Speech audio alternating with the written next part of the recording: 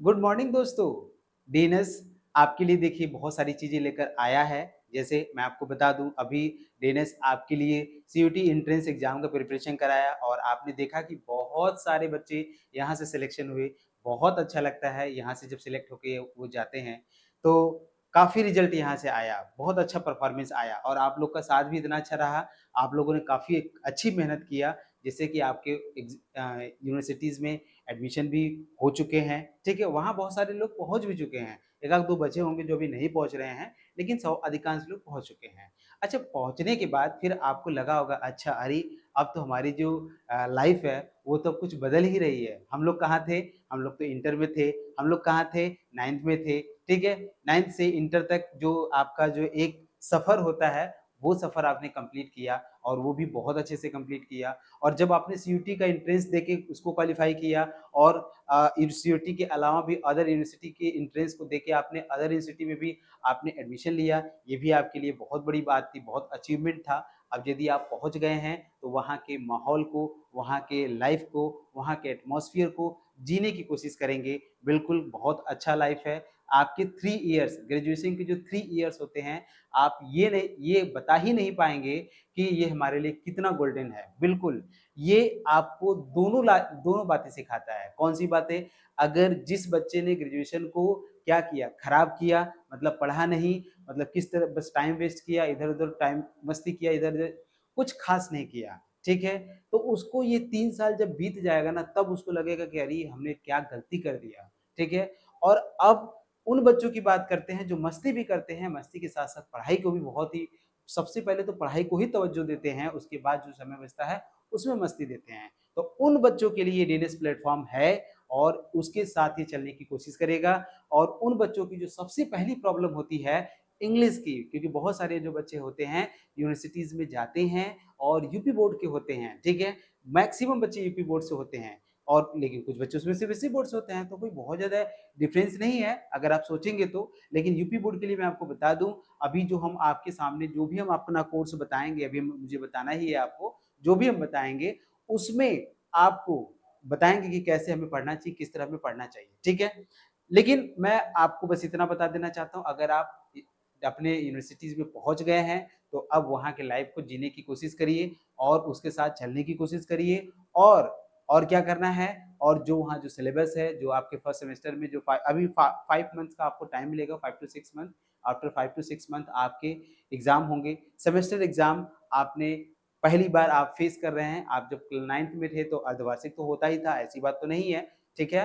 Half yearly जिसको बोलते हैं वो तो होता ही था। लेकिन यहाँ सेमेस्टर होगा और हर एग्ज़ाम में आपको अच्छे परफॉर्मेंस लाना है, ठीक है? बिल्कुल लाना है। उसी अच्छे परफॉर्मेंस के लिए आज हम आपके सामने आए हैं कि हम आपके मैथमेटिक्स पेपर को कैसे अच्छे कर सकते हैं, किस तरह से अच्छे कर सकते हैं, ठीक है? तो डीएनएस इस बैच का जो नाम दिए हैं वो है, ठीक है? यहाँ देखिए जो हम आपको जो डिस्कशन कराएँगे, मैथ सिलेबस का डिस्कशन कराएँगे, ठीक है?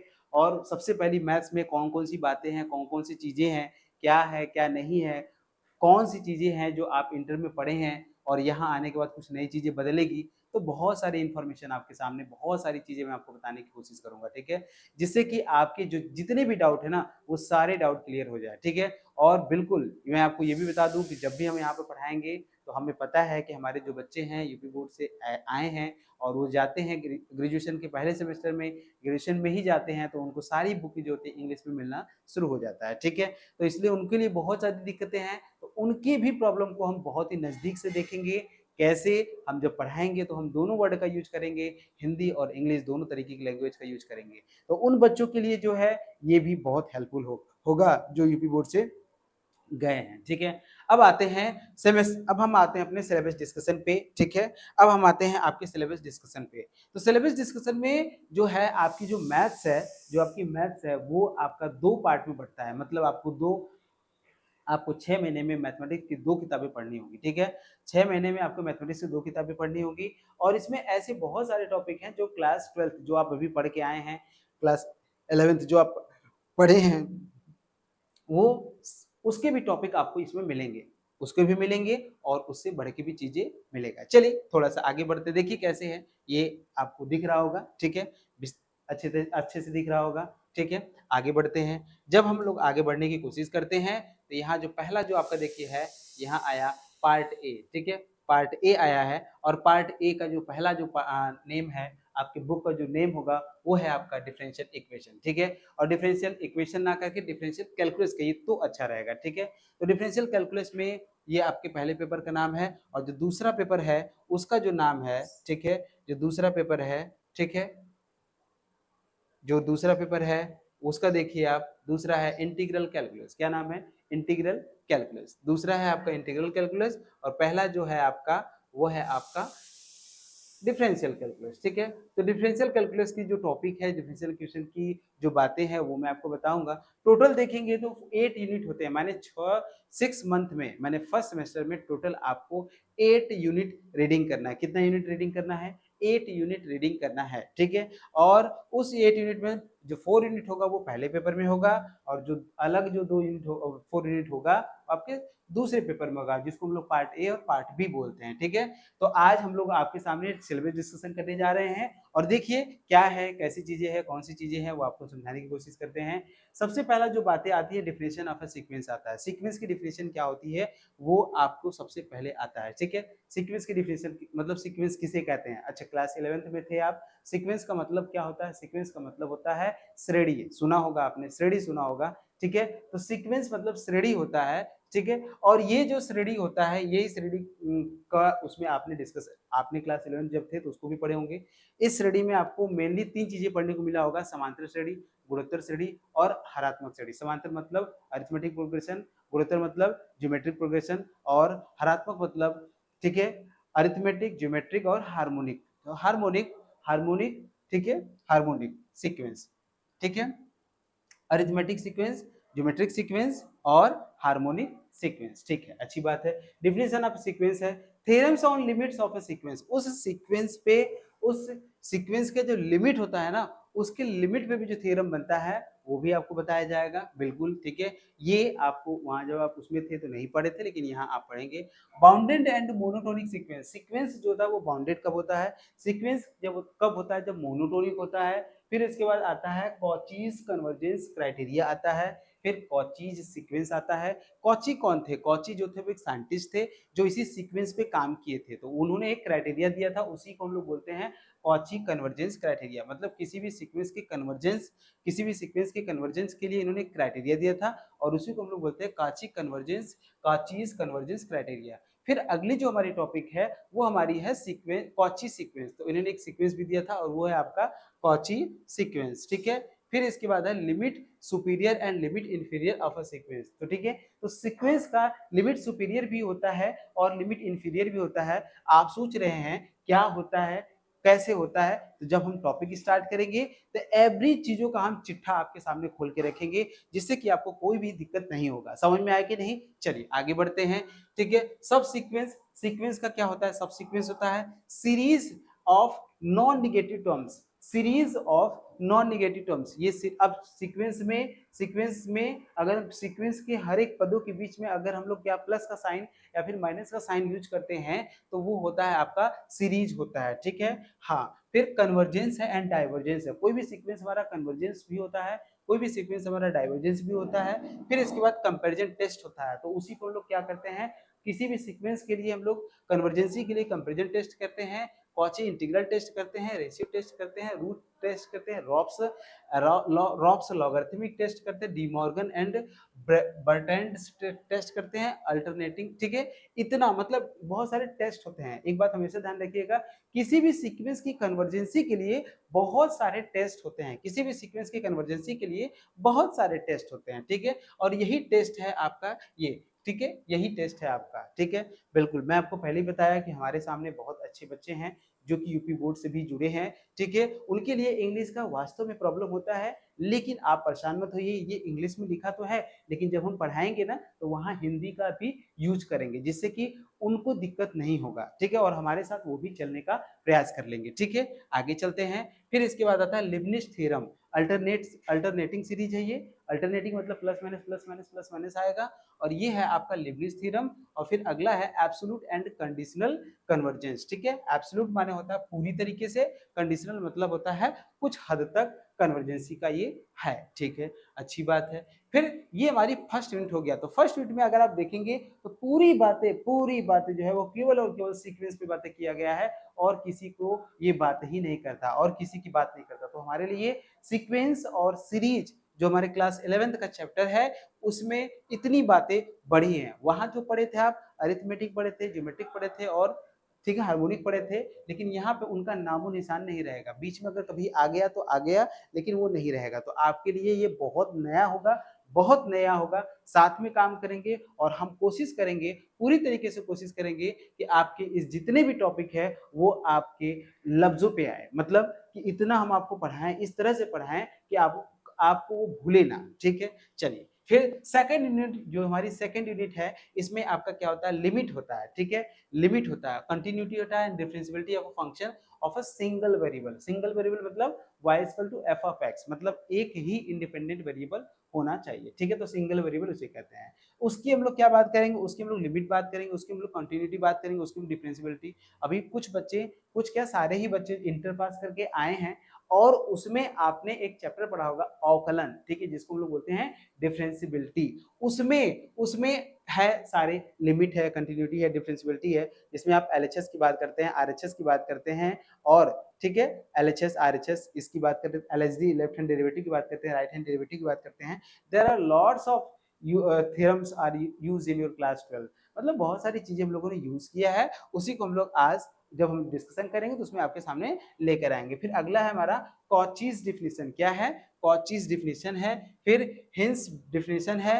फिर क्या है, equivalence of definition of a Cauchy and hints. Uniform continuity है, ठीक है, यूनिफॉर्म कंटिन्यूटी ये भी आपको बताएंगे। एक तो कंटिन्यूटी होता ही है और एक होता है यूनिफॉर्म कंटिन्यूटी। और मैं आपको बता दूं यूनिफॉर्म कंटिन्यूटी का जो वेटेज होता है इतना ज्यादा होता है, आज तक आज तक का रिकॉर्ड रहा है। जब आप मास्टर एमएससी का एग्जाम के बाद जब आप जाएंगे एमएससी में ही देखिए, आईआईटी जैम का जब आप एग्जाम देते हैं और किसका एग्जाम देते हैं और नेट जेआरएफ का जब आप एग्जाम देते हैं, तो ये टॉपिक कभी ऐसा हुआ ही नहीं जो कि नहीं आया हो। यूनिफॉर्म कंटिन्यूटी हर बार आता है, हर बार आता है। इसलिए ये टॉपिक आपके लिए कितना इंपॉर्टेंट है आप खुद ही समझ सकते हैं इस चीज को, ठीक है। आगे बढ़ते हैं। फिर उसके बाद आता है, क्या आता है, ठीक है, हाँ, इंटरमीडिएट वैल्यू थ्योरम, आईबीटी बोलते हैं, इंटरमीडिएट वैल्यू थ्योरम होता है। एक्सट्रीम वैल्यू थ्योरम होता है, डारबॉक्स इंटरमीडिएट वैल्यू होता है, थ्योरम फॉर डेरिवेटिव्स। और फिर चेन रूल होता है, फिर इनडिटरमिनेट फॉर्म भी होता है। इनडिटरमिनेट फॉर्म भी हमारे होते हैं,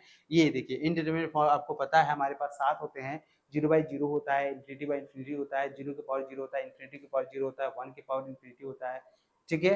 देयर आर लॉट्स ऑफ इस तरह से, मतलब इन्फिनिटी माइनस इन्फिनिटी होता है, तो ऐसे 0 इन्फिनिटी इंटू इन्फिनिटी हो जाता है। तो ऐसी जो चीजें होती हैं वो आपकी इंडिटरमिनेट फॉर्म से आती है। परेशान बिल्कुल नहीं होना है, मैंने जो फटाफट फटाफट नाम ले लिया, आपको परेशान बिल्कुल नहीं होना है। आपको इसलिए परेशान नहीं होना क्योंकि मैं पढ़ाया थोड़ा ना हूँ, अरे जब पढ़ाऊंगा तब ना बताऊंगा, समझ रहे हैं। ये सिलेबस डिस्कशन है, आपको मैं ये बता रहा हूँ कि कौन से ऐसी टॉपिक है जो आप पढ़ के आए हैं क्लास 12th में और कौन सी टॉपिक है जो आपको यहाँ पे नया नया चीजें सीखना है। बहुत अच्छा, आगे बढ़िए। फिर आता है रोल्स थ्योरम। क्या आता है, रोल्स थ्योरम आता है। फिर लॉग्रेंजेस कॉटी मीन वैल्यू थ्योरम, ये सब सारे फंक्शन पे ही हैं, ठीक है।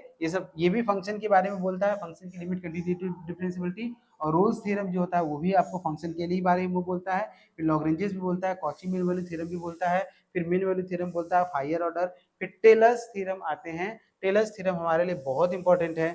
हर बार आपके सेमेस्टर में एग्जाम में टेलर्स थ्योरम से मतलब कोई ऐसा क्वेश्चन ही नहीं बना जो कि आज तक इससे बच पाया है, ठीक है। तो टेलर्स थ्योरम हमारे लिए बहुत इंपॉर्टेंट है।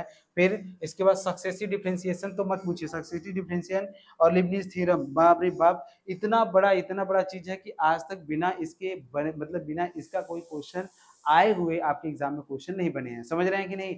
इसलिए हमारे लिए बहुत ज्यादा इंपॉर्टेंट हो जाता है, ये काफी ज्यादा इंपॉर्टेंट हो जाता है, ठीक है ना। हाँ, बहुत अच्छा, सक्सेसिव डिफरेंशिएशन है, लीबनिज थ्योरम है। फिर इसके बाद क्या होता है, मैक्लॉरिन्स होता है, ठीक है। और टेलर्स सीरीज होता है। क्या होता है, टेलर्स सीरीज होता है, ठीक है। इसके बाद पार्शियल डिफरेंशियल इक्वेशन होता है, पार्शियल डिफरेंशियल इक्वेशन नहीं, पार्शियल डिफरेंशिएशन होता है।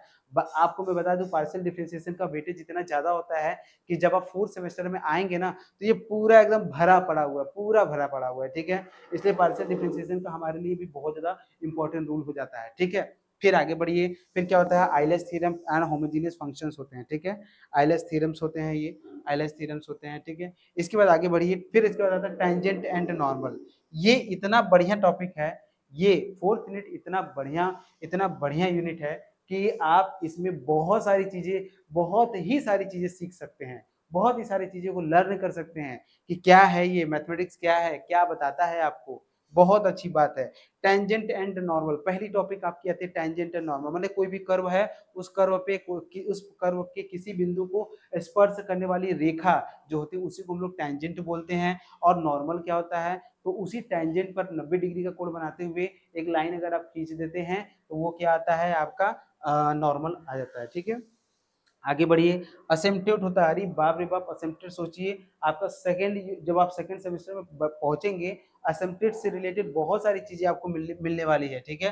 फिर कर्वेचर है, फिर क्या है, एनवेलप एंड इवोल्यूट्स है, ठीक है, एनवेलप भी है, इवोल्यूट्स है, फिर टेस्ट फॉर कॉन्केविटी, फिर कॉन्वेजिटी, फिर पॉइंट्स ऑफ इन्फ्लेक्शन है, फिर मल्टीपल पॉइंट्स है, फिर पैरामेट्रिक रिप्रेजेंटेशन ऑफ कर्व्स है। किसी भी कर्व के रिप्रेजेंटेशन के 3 फॉर्म होते हैं, पहला क्या होता है, पहला जो होता है वो कार्टेशियन होता है, दूसरा क्या होता है, पोलर होता है, तीसरा क्या होता है, तीसरा जो ये खुद बताया पैरामेट्रिक बताया, ठीक है। तो किसी भी कर्व के रिप्रेजेंटेशन, किसी भी कर्व को दिखाने के हमारे पास 3 तरीके होते हैं, 3 तरीके ये हम वो बता रहे हैं जो जनरल होते हैं, अगर देखा जाए तो और भी तरीके आपको मिल सकते हैं, ठीक है, लेकिन ये जो 3 तरीके होते हैं वो आपको जनरल है, मतलब किसी भी कर्व को रिप्रेजेंट करने के लिए हमारे पास जो होते हैं, हमारे पास क्या होते हैं, 3 तरीके होते हैं। पहला जो होता है वो कार्टेशियन फॉर्म होता है, दूसरा जो होता है वो हमारा पैरामेट्रिक फॉर्म होता है, तीसरा जो होता है हमारा पोलर फॉर्म होता है, ठीक है। हाँ, बहुत अच्छा, tracing of a curves in Cartesian, देखिए लिखा भी है, देखिए कार्टेशियन एंड पोलर फॉर्म, देखिए कार्टेशियन पोलर फॉर्म में है, तो इसका हमें ट्रेस करना है, ट्रेस मतलब खींचना है, जैसे आप नहीं कहते किसी का स्केच करना है, मतलब स्केच मतलब किसी का स्केच खींचना है, स्केच मतलब किसी का फोटो हमको बनाना है, तो यहाँ हम वही करते हैं, किसी कर्व का हम लोग फोटो ही बनाते हैं। उम्मीद है आपको ये जो डिफरेंशियल कैलकुलस है इसका आपको चारों यूनिट आपको बहुत अच्छे से समझ में आया होगा, और विश्वास मानिए जब हम इसकी शुरुआत करेंगे ना, तो है तो ये टॉपिक, लेकिन इतना बढ़िया तरीके से आपको बताएंगे, इस तरह से बताएंगे कि उसी समय जब हम पढ़ाएंगे तो आपके पूरे माइंड में सेट हो जाएगा, ठीक है।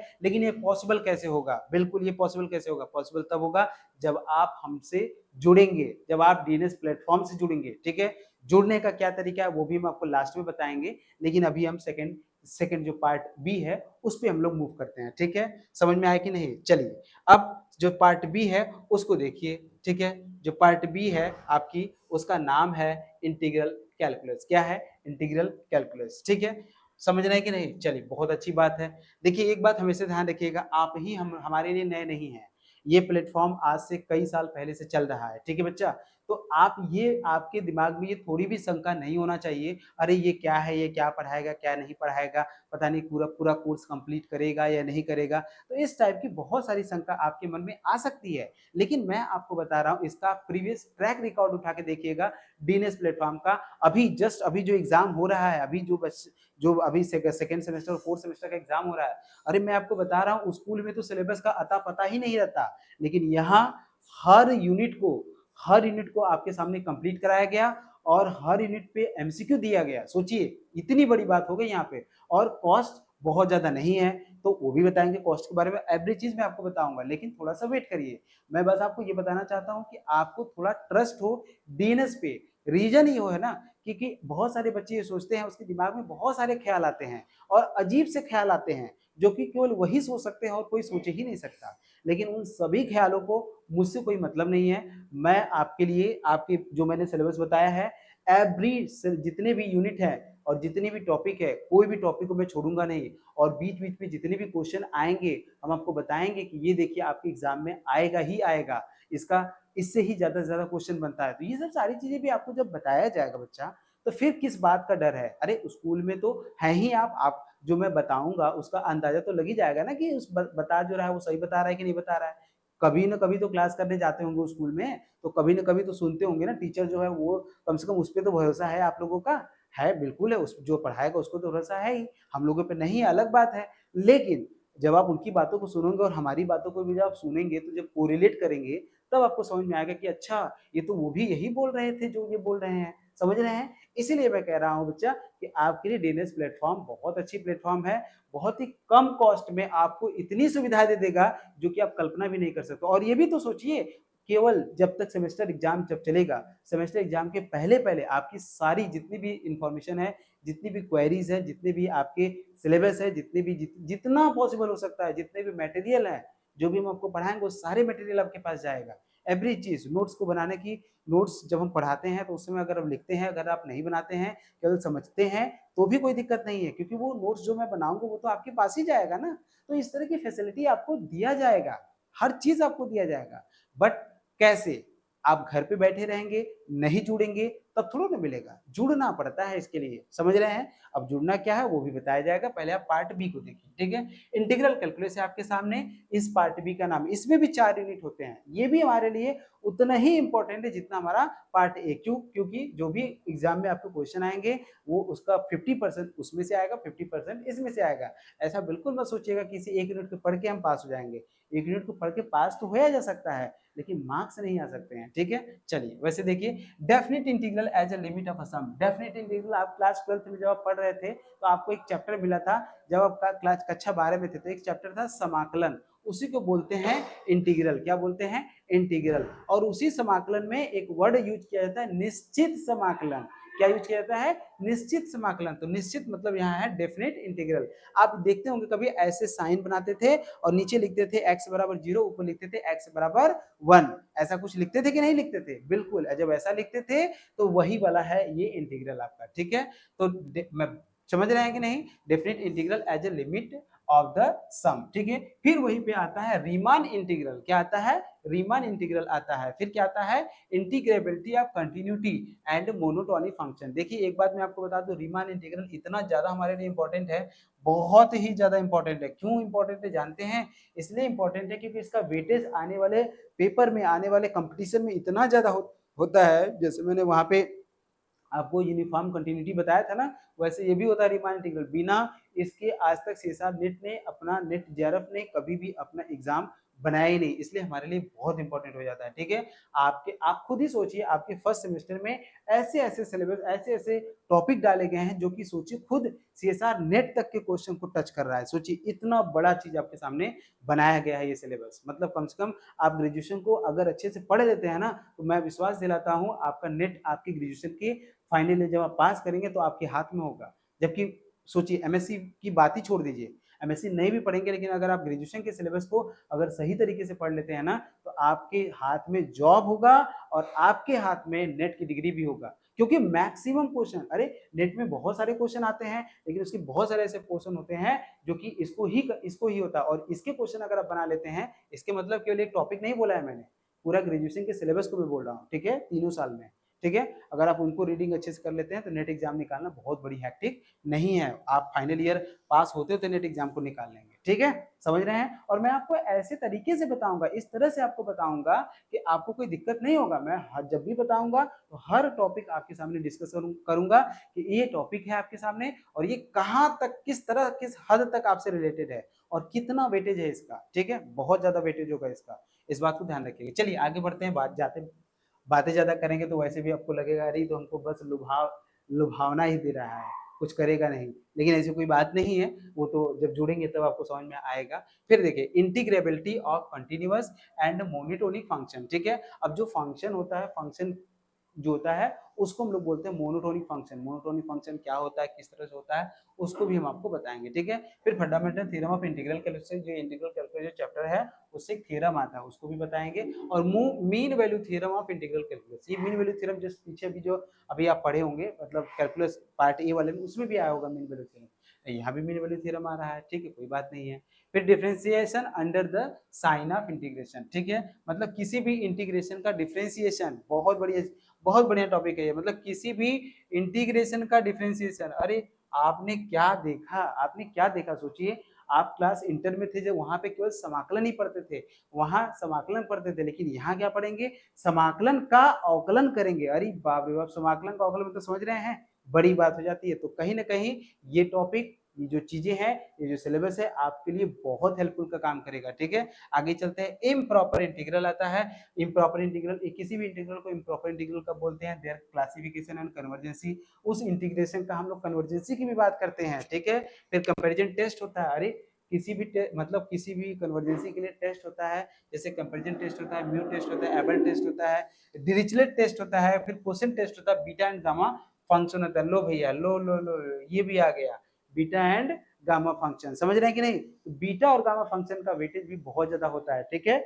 चलिए, बहुत वैसे जो वेटेज तो है सबका, ये सबका है, बिल्कुल ऐसा नहीं है कि इसका वेटेज नहीं है, ये भी है। ठीक है, बट जिस उसके बावजूद भी बीटा एंड गामा फंक्शन के लिए आपके ज्यादा वेटेज है। ठीक है, फिर इसके बाद हमारा जो 7वां यूनिट होता है वो हमारा होता है rectification, volume and surface solid relation है, फिर पॉपोस थ्योरम है, मल्टीपल इंटीग्रल है, चेंज ऑफ डबल इंटीग्रेशन है, फिर डिरिचलेट थ्योरम है, लिवोलिस थ्योरम फॉर मल्टीपल इंटीग्रल है। बिल्कुल इसकी हर एक टॉपिक में इतना मजा आने वाला है आपको, इतना मजा आने वाला है कि आपको लगेगा ही नहीं कि हम मैथमेटिक्स की स्टडी कर रहे हैं। ठीक है, हर चीज आपको समझ में आएगा। फिर अगला है वेक्टर डिफरेंशिएशन है, ग्रेडियंट है, डाइवर्जेंस एंड कर्ल है, नॉर्मल ऑन सरफेस है, फिर डायरेक्शनल को डेरिवेटिव है, वेक्टर इंटीग्रेशन है। ठीक है, मतलब ये जो यूनिट है पूरा वेक्टर से कवर करता है। ये यूनिट क्या है?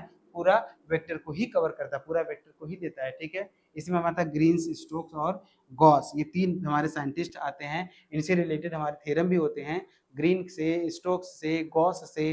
ठीक है, ये सब सारी रिलेटेड हमारे थ्योरम है। समझ में आया कि नहीं? कोई दिक्कत नहीं है यहाँ तक? मेरे ख्याल से आपको हर चीज समझ में आया जो मैंने आपको बताने की कोशिश किया। लेकिन अगर नहीं भी समझ में आया तो कोई दिक्कत नहीं है। समझ रहे हैं क्यों नहीं दिक्कत है? क्योंकि अभी पढ़ाया थोड़ा ना मैंने है, अभी तो मैं जस्ट ओरली बता रहा हूँ। जब पढ़ाऊंगा तब नहीं समझ में आया तब दिक्कत है। ठीक है, तब वास्तव में दिक्कत होगा। ठीक है, क्योंकि वही तो एग्जाम में आएगा आपके। ठीक है, चलिए, बहुत अच्छी बात। और इस रिटन एग्जाम होगा, सभी बच्चे ध्यान से सुने, सभी बच्चों का रिटन एग्जाम होगा। ठीक है, रिटन मतलब लिखना होगा, हर एक क्वेश्चन का सोल्यूशन आपको करना होगा। ठीक है, इसलिए रिटन एग्जाम होगा। चलिए, अब लास्ट बातें हम आपको बता देते हैं कि आप हमसे जुड़ना कैसे चाहेंगे। अगर जुड़ने की इच्छा होगी तब, कोई प्रेशर नहीं है, किसी को कोई प्रेशर नहीं है। पहली बात, हर चीज रिसर्च करके आए, डीनेस क्या करता है क्या नहीं करता है, वास्तव में जितना वो बोलता है क्या वास्तव में वो उतना कर पाता है कि नहीं कर पाता है। तो पहले आप उनसे बात कर लीजिए जो यहाँ से जुड़े हैं, अगर आपके कांटेक्ट में हैं, या फिर कुछ कॉल करके पूछ सकते हैं कि क्या है क्या नहीं है। उसके बाद सारी इंफॉर्मेशन के बाद ही जुड़ना है। ये नहीं कि जुड़ गए तो बस सोच रहे हैं पछता रहे हैं, नहीं। तो जुड़ने से पहले ही पछताना है, लेकिन जुड़ने के बाद बिल्कुल नहीं पछताना है। नहीं जुड़ेंगे तो भी कोई दिक्कत नहीं है। ठीक है, हम लोग काम करेंगे, हम लोग तो वैसे भी काम करते हैं, लेकिन अगर जुड़ते हैं तो विश्वास मानिए आपके एग्जाम में मार्क्स अगर ना उठे तो बताइए। ठीक है, अब आते हैं कि कैसे आप हमसे जुड़ने का प्रयास करेंगे, कैसे किस तरह से जुड़ेंगे। ठीक है, तो जुड़ने के लिए मैं आपको बता देता हूँ इस, ठीक है, ये जो फर्स्ट सेमेस्टर जो आपका है इसके बारे में आपको बता देते हैं। ये कोर्स आपको ऑनलाइन है, मतलब यहाँ पे आपको आना नहीं है, यहाँ पे आपको बिल्कुल नहीं आना, आपको अपने घर पे बैठना है और घर पे बैठ के वीडियो आपको दिए जाएंगे, वही वीडियो आपको पढ़ना है। ठीक है, वही वीडियो आपको देखना है और उसी से अपने हेल्प को लेना है। ठीक है, वीडियो में कोई डाउट होगा उसके बारे में डिस्कस करेंगे। जो बैच है आप लोग का नवोद्भव 3.0 बैच है। ठीक है, नवोद्भव 3.0 आपके लिए क्या करेगा? आपके लिए वो ऐसे ऐसे काम करेगा जिससे कि आपके अच्छे मार्क्स आपके एग्जाम में आ जाए। ठीक है, और मैं आपको ये भी बता दूं कि आप, ये एक छोटी सी रकम है आपकी, 1199 रुपए। 1199 रुपए, ये बहुत ज्यादा कॉस्ट नहीं है। आप जितना रिचार्ज कराते हैं अगर देखें तो लगभग 5 महीने में जितना रिचार्ज हो जाता है, 5 महीने में उतना ही 4 महीने के रिचार्ज के बराबर हो जाएगा ये। ठीक है, तो बहुत ज्यादा कॉस्ट तो नहीं है, लेकिन इन 4 महीने में आप इतना बड़ा चीज पा जाएंगे, इतनी चीजें आप सीख लेंगे कि ये पैसा उसके सामने तो बहुत ही फीका पड़ जाएगा। ठीक है, तो 1199 इसका कॉस्ट है। लगे तो आइए, बिल्कुल आइए। और मैं आपको ये भी बता दूं, ये 1199 किसी एक पर्टिकुलर सब्जेक्ट के लिए नहीं है। ठीक है, बिल्कुल सही सुना आपने, ये किसी पर्टिकुलर सब्जेक्ट के लिए नहीं है, ये आपके कोर्स के लिए है। मतलब आपने बीसी में एडमिशन ले लिया तो बीसी में जितने भी पेपर है ना वो सभी कोर्स के लिए आपको मिल जाएगा। ठीक है, जैसे फिजिक्स मैथ्स केमिस्ट्री है तो फिजिक्स मैथ्स केमिस्ट्री उसको तीनों मिल जाएगा, फिर अलग से कोई पेमेंट नहीं करना है। बाद में हम एमसीक्यू सेशन भी चलाएंगे। ठीक है, एमसीक्यू सेशन मान लीजिए इसमें तो नहीं होगा, लेकिन ये होगा कि कौन कौन इंपॉर्टेंट क्वेश्चन उसका जब प्रैक्टिस रिवीजन कराएंगे तो उसके लिए भी आपको अलग से कॉस्ट देने की कोई खास जरूरत नहीं है। ठीक है, तो इतने में ही आपका पूरा कोर्स, देखिए यहाँ पे लिखा हुआ है कोर्स ड्यूरेशन 5 मंथ, मतलब 5 महीने में आपकी कोर्स जो है वो कंप्लीट, पूरी तरीके से कंप्लीट हो जाएगा। और कंप्लीट की बात ही छोड़िए, रिवीजन होना शुरू हो जाएगा उस टाइम पे। ठीक है, बिल्कुल रिवीजन होना उस टाइम पे शुरू हो जाएगा, और तब तक आपका साथ नहीं छोड़ेंगे जब तक कि आपका एग्जाम हो नहीं जाता है। आप ये ना कह दें कि हाँ ये कुछ किया है हमारे लिए, ठीक है। फिर देखिए ये इसमें क्या होता है, इसमें आपको लाइव प्लस रिकॉर्डेड वीडियो, मतलब लाइव भी जुड़ सकते हैं और रिकॉर्डेड वीडियो भी मिलता है, ठीक है। फिर लाइव डाउट सेशन भी होता है, अगर मान लीजिए आपको डाउट हो रहा है, वास्तव में डाउट होना चाहिए क्योंकि हम पढ़ा रहे हैं, हम तो पूरी तरीके से कोशिश करेंगे कि हम आपको ऐसे पढ़ाएंगे आपको डाउट ना हो, लेकिन आज तक बताइए कोई ऐसा टीचर है दुनिया में, कोई ऐसा टीचर है जो पढ़ाया और डाउट ना हो? तो भैया वो टीचर नहीं है, तब तब तो भाई वो कुछ और है, समझ रहे हैं? हाँ, सही है, चलिए अच्छी बात है। तो यहाँ मैं आपको बता रहा हूँ कि डाउट होगा, डाउट श्योर होगा, तो उसके लिए हम लोग लाइव डाउट सेशन स्टार्ट करते हैं, ठीक है। फिर क्लास नोट्स आपको मिलेगा, जो हम पढ़ाएंगे उसका नोट्स पीडीएफ मिलेगा। PYQ, previous year question, PYQ मतलब क्या होता है, previous year question with solution, मतलब अभी तक के जितने भी एग्जाम हुए हैं, ठीक है, उन सब के क्वेश्चन आपको प्रोवाइड किए कराए जाएंगे, और उसके साथ साथ उसका सोल्यूशन भी प्रोवाइड किया जाएगा। सोचिए कितनी बड़ी बात है, बहुत बड़ी बात है। आप जहाँ भी स्कूल है, जहाँ भी आपका कॉलेज है, वहाँ से थोड़ा सा बाहर निकल के क्या करिएगा, थोड़ा मार्केट में घूम लीजिएगा कि बीएससी का कितने, जो बीएससी जो कोर्स चलती है, जो कोचिंगें चलती हैं, उसका फीस कितना है, एक बार आप पूछ लीजिएगा पहले, ठीक है। फिर पूछ के आप देखिएगा कि क्या हम सही जगह जा रहे हैं या नहीं जा रहे हैं, ठीक है, क्या कर रहे हैं क्या नहीं कर रहे, वो आपको सब कुछ समझ में आ जाएगा, ठीक है। हम हमारी बातों पर तो वैसे भी विश्वास आप लोग करेंगे नहीं, लेकिन आप मार्केट में थोड़ा सा घूम लीजिएगा कि कितना फीस वहाँ लगता है। अरे बाप रे बाप, एक एक सब्जेक्ट का जो लगता है 700 800, एक एक पर्टिकुलर सब्जेक्ट का लगता है मंथली, वो भी पूरा कोर्स का नहीं, मंथली लगता है, ठीक है। मॉडल सैंपल पेपर, फिर मॉडल सैंपल भी आपको मिलेगा, और स्पेशल गाइडेंस टीम, ठीक है। स्पेशल गाइडेंस आपको जब तक आपके एग्जाम, जैसे मैं आपको आपसे बातें कर रहा हूँ, वैसे ही हमें आपसे हमेशा बातें करता रहूंगा जब तक कि आपके एग्जाम न हो जाए, ठीक है। बिल्कुल इन्हीं बातों बातों में मैं आपको पढ़ा भी दूंगा, और आपको पता भी नहीं चलेगा कि हाँ अरे ये इतना पढ़ा दिया हमको पता ही नहीं चला। तो ऐसा मैं पढ़ाऊंगा आपको, इस तरह से पढ़ाऊंगा, और ऐसे पढ़ाऊंगा कि जब आप एग्जाम में जाएंगे ना, जब आप क्वेश्चन देखेंगे ना, तो आपको बिल्कुल ये नहीं लगेगा कि ये क्वेश्चन हमारे लिए नया है, बिल्कुल नहीं, कुछ भी नया नहीं है, सब कुछ आप पढ़ के गए होंगे।